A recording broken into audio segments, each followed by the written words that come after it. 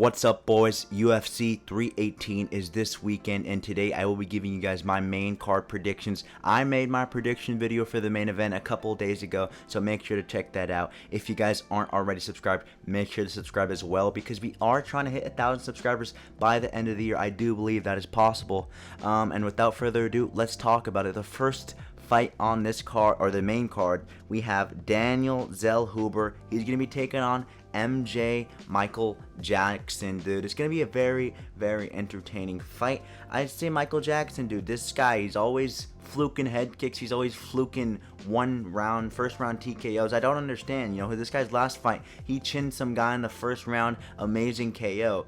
But there's no way that Michael Jackson can go on a 2-fight winning streak in 2025, or a 3-fight winning streak. He's already on a 2-fight winning streak. There's no way this guy goes on a 3-fight winning streak in the big 2025. Michael Johnson, dude, he's not that good. He's never been that good, dude. I don't know how this guy was fluking wins over Dustin Poirier, but let's be honest here, guys. I think most of us seeing this going one way, and that is Daniel Zellhuber being able to piece up Michael Johnson. Michael Johnson, he slows down. That is something that comes with the game, especially with his age. I don't even know how old this guy is. He has to be in his 40s. But Daniel Zellhuber is like 25, dude. He's young, and the reach will be a very big thing in this fight. It's going to be a very big factor. Daniel Zellhuber has a long reach. He's a big, lengthy striker. And Michael Jackson, he typically struggles against those guys, dude. Against Edson Barboza, he struggled a little bit. So I see this fight go into my boy Daniel Zellhuber, my Mexican brother. I can see a finish, dude. Michael Johnson, he's not that good. He's especially not what he used to be. You know, he can't fluke wins over the top guys. He wins fights he should lose. He loses fights he should win. And I can't pick this guy to go on a 3-fight winning streak in the big 2025. Now let's move on to our next fight. Our next fight on the main card is going to be Dan the Man Ige versus Patricio Pitbull. And let me tell you, dude, Dan Ige is one of my personal favorite fighters. I love this guy. I appreciate everything he's done for the UFC, stepping out on 3 hours notice at UFC 303 to save International Fight Week, dude. The kid's a BMF. I watched his last fight at UFC 314, and I think I'm 3-0 on my predictions for Dan Ige. I think I've gotten every Dan Ige fight on this channel that I predicted right. So hopefully this train can still keep it going. Patricio Pitbull, dude, I don't even think he looked that bad in that Yair Rodriguez fight, dude. A lot of people talk about Patricio Pitbull versus Yair Rodriguez like it was some demolition. Like, Yair Rodriguez completely outclassed this guy, dude. Patricio Pitbull, he had a lot of good moments in that fight. He had Yair Rodriguez in an armbar that looked to be deep in that 3rd round. And I understand, you know, he's a PFL guy. We don't really have respect for these Bellator guys or whatever, but I have some respect for him, dude. I think he did decent in that Yair Rodriguez matchup, and Yair Rodriguez is a staple of the top 5 in the featherweight division, whether you hate him or love him, dude. I know a lot of people hate on Yair Rodriguez now, but Yair Rodriguez is a staple of that top 5, and Patricio Pitbull was able to take this guy to a close decision. Maybe not close. I think it was 29-28, probably 30-27 actually, but still decently close, dude. All arounds were not blowouts, and yeah, man, put some respect on his name.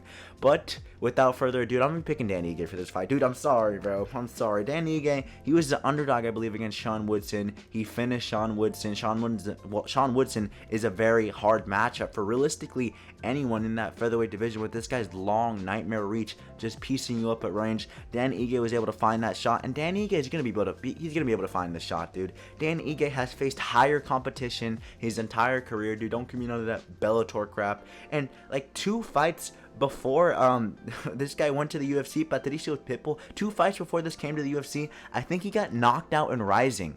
Like, Dan Ige is one of the hardest hitting 145ers. I know I'm playing into the meme here, but he's probably top 3.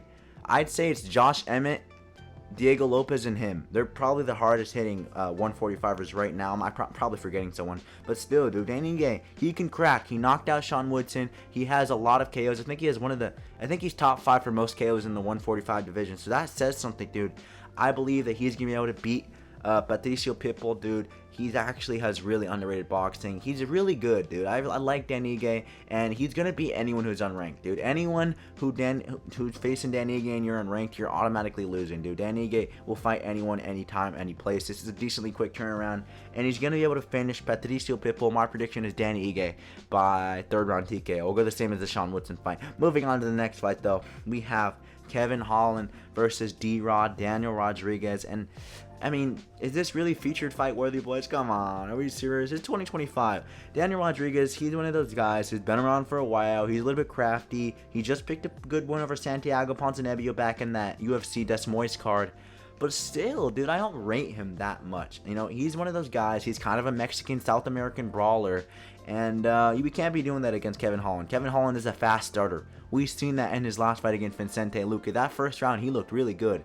And D-Rod, he's a bit of a slow starter, dude. He's a very slow starter. He doesn't pick up the pace in that first couple rounds. That's what cost him in a lot of fights. And I do believe Kevin Holland's going to be able to get this done. I think this is a bit of a layup fight. I think Kevin Holland, he's actually building some momentum. And Kevin Holland, he's actually dedicated. You know, I've seen it. I've seen something that I hadn't seen in a long time with Kevin Holland in that Vicente Luque fight. I've seen that look on his face when he was able to land some good shots on Vicente Luque. He actually looked like he wanted it. He actually looked like he wasn't just there for the money. And I believe Kevin Holland can put on a crafty little performance. Hopefully Kevin Holland, I think Kevin Holland's going to get a submission finish over this guy.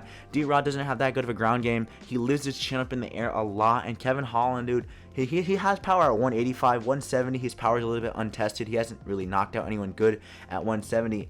But, dude, I could see Kevin Holland catching this guy, dude. His reach, Kevin Holland's reach is going to be a problem. You know, Ian Gary, when he fought D-Rod, his long legs costed D-Rod that fight. He got head kicked into oblivion.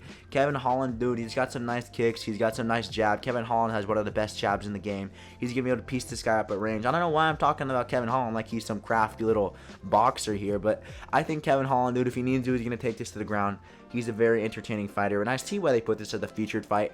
It makes sense now that I'm thinking about it. Kevin Holland's very entertaining. D-Rod, Mexican brawl, or whatever you want to say. But Kevin Holland, I'm going to go first round submission here, dude. I think Kevin Holland's going to get this bum out of there pretty easily. And, yeah, man, let's get into the next fight of the night. The co-main event of the night, we have Paulo Costa versus Roman Kopylov, boys. This picture of Paulo Costa is from like 5 years ago. I couldn't find a more updated one. And Roman Kopylov, dude, we got Chase Hooper on the co-main event of the card, dude. They look so similar. Chase Hooper and Roman Kopylov, they're literally identical twins, obviously, except the weight discrepancy. But let's talk about this fight, dude. Paulo Costa is 1-5 in his last 5 fights. Roman Kopylov, dude, this guy's not that bad. His last loss is to Anthony Hernandez, and Anthony Hernandez is a future staple of the top 5 in the 185 division, dude. So that's not a bad loss. Roman Kopylov, his last win is to Chris Curtis. A lot of people are saying, oh, bro, before the stoppage, it was 1-1, man. People forget. Not really, dude. Roman Kopylov dominated most of that fight, and he got the finish. So props to Roman Kopylov. And I didn't really, I can't watch tape on Paulo Costa, dude, because I don't even know what I'm supposed to judge it on. Am I supposed to judge it on his last 5 performances that have just been horrible? Dude, he didn't look good against Sean Strickland. Don't give me any of that, bro. He looked good against Sean Strickland. No, he didn't, dude. Sean Strickland dominated him. It was 4-1. It could have even been a 50-45. It was a domination Sean Strickland did. It was a boring fight, but Sean Strickland dominated this guy, and I think Roman Kopylov's on a bit of a run. Paulo Costa, dude, this guy's just a Twitter merchant, and I can see Paulo Costa randomly fluking a win here, just like, and then he's gonna go like not fight for another 2 years. So he's gonna keep trash talking on Twitter. I hope not. I hope Roman Kopylov is gonna be able to finish this guy, and I think he is, dude. I think Paulo Costa, dude. We're not in 2019 anymore. He's not gonna be able to be a Marauder. He's not gonna be able to beat Yoel Romero's. And what is his fighting style necessarily, dude? He's one of those guys who can kind of do it all, you know. He can land some, he has nice hooks in that, but I don't even know, dude. Paulo Costa is a very generic, just Joe Smo type of fighter. He's not much to him. Your average Brazilian kickboxer kind of guy. It's not going to be a really entertaining fight, in my opinion. I think Kevin Holland should probably be the co-main event instead of this, dude. Roman Kopylov was not even ranked a fight ago. That's crazy, dude. UFC 318 sucks, bro. Jeez. Roman Kopylov, dude, this guy's kickboxing is actually really good. He's actually pretty quick for the 185 division. I like this kid, and we'll see if he can make an impact in this division. I believe he's going to be able to beat Paulo Costa. I'm going to go decision on this fight. I don't necessarily see a finish. Paulo Costa is a very hard guy to finish unless you're Izzy. Unless you're Izzy and you're not going to hump this guy, Paulo Costa is a pretty hard guy to finish. So, yeah, my prediction is Roman Kopylov by decision. Now let's move on to the main event. Okay, I predicted this a couple days ago, man. You guys know how I think this is going to go. It's going to be Max Holloway. I'm just going to state that here right away. It's going to be Max Holloway. Max Holloway is going to be able to win this fight. Max Holloway is a better fighter as of 2025. And boys, I was thinking about something, dude.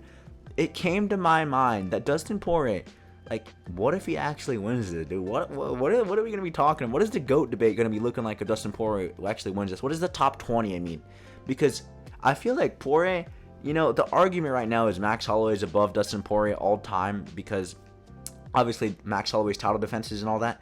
But Dustin Poirier, dude, if you have 3 wins over someone in 3 stages of their career, you can't make up an excuse. You have to be better than him all time. So Dustin Poirier, if he wins this, dude, he's top 20 all time in my opinion, dude. And I think he's like he's just out of the top 20 right now. But if Dustin Poirier wins this, dude, Max Holloway, you're out of the top 20, dude. You can't lose this. You can't go 0-6 in trilogies, bro. And Dustin Poirier, you're in the top 20. Sorry, I just got a little sidetracked there. That's something I've been thinking about these last couple days, that if Max Holloway genuinely goes 0-6 in trilogies, we need to have some serious uncomfortable conversations on if he's actually in the top 20 of all time. But Max Holloway, I said it in my last video, go watch it. I made a whole 15-minute video talking about this fight. I'm just going to be giving you guys a quick overview. I believe Max Holloway is going to be the quicker fighter. He's going to be a better fighter. He's going to be landing more significant strikes. He's just better than Poirier at this stage of their career, dude. Dustin Poirier, in his last couple fights, he's looked iffy. He got chinned by Gagey, beat BSD. That win hasn't aged well. And his last fight against Islam wasn't as close as many people think. His hips look rusty. His knees look rusty. His nose is going to be busted within the first 2 rounds. Max Holloway is probably just leaving his prime, dude. Age-wise, Max Holloway is in his prime. Max Holloway will look sharp in that Elite to Poirier fight before the KO. Max Holloway, maybe a late finish. I can't see Poirier getting finished in his last fight, dude. So I'm gonna go with Max Holloway by decision. A pretty competitive division. Many people are gonna be calling this fight of the year. 49-46, 49-46, 50-45. That's my prediction. Max Holloway gets it done. Decision. No knockdowns in this fight, but it's still gonna be a decently entertaining fight. And that's gonna do it for today's video. If you guys enjoyed, leave a like, comment, and yeah, boys, I'll see you guys in the next one. MMA Outpost out.